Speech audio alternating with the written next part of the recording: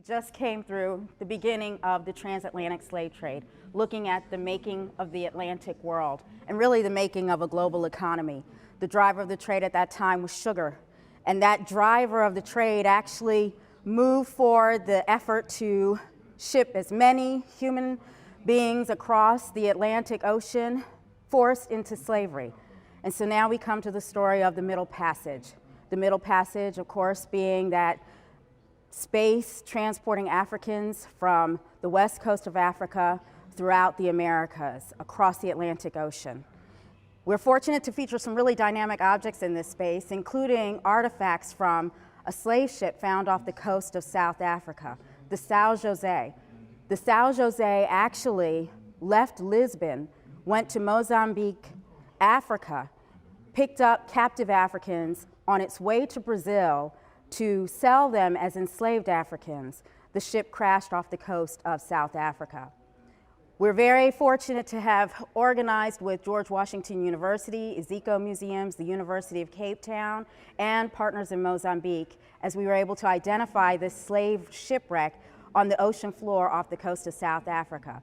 One of the key markers to identify this as a shipwreck, a slave shipwreck in particular, is some of the archival research revealed that, in fact, there were 1,400 ballast stones on the ship. Those ballast stones were used to offset the human weight. And we know that, in fact, there were ballast stones on the ship because we found them on the ocean floor. So we're excited to be able to feature those in this particular space in the Middle Passage. The white hood became the symbol of the Ku Klux Klan and was widely seen across society, protecting the identity of individuals, although in most communities everyone knew who was underneath the hood.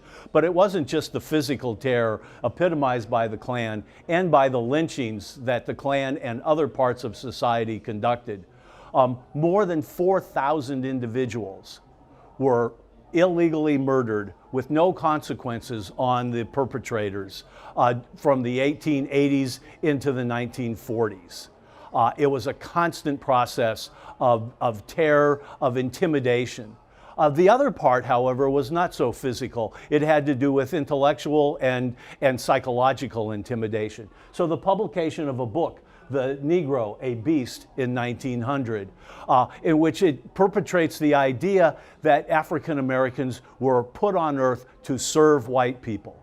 They are not their own beings. They are not their own human beings. They are not their own selves. They are here as servants for society. That kind of intellectual structure and the psychological makeup that had on white society, as well as the detrimental effects on African Americans, which had to resist that constant barrage of negative information about them, created a sense of terror that was constant and unremitting.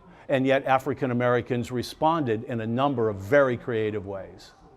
It wasn't simply physical terror, but it involved things like a constant denigration of African Americans, so that stereotypes, what have become collectibles in 20th and 21st century America, were actually constant reminders to white people that African Americans were inferior, and constant reminders to African Americans that white society did not value them as individuals and as productive members of society.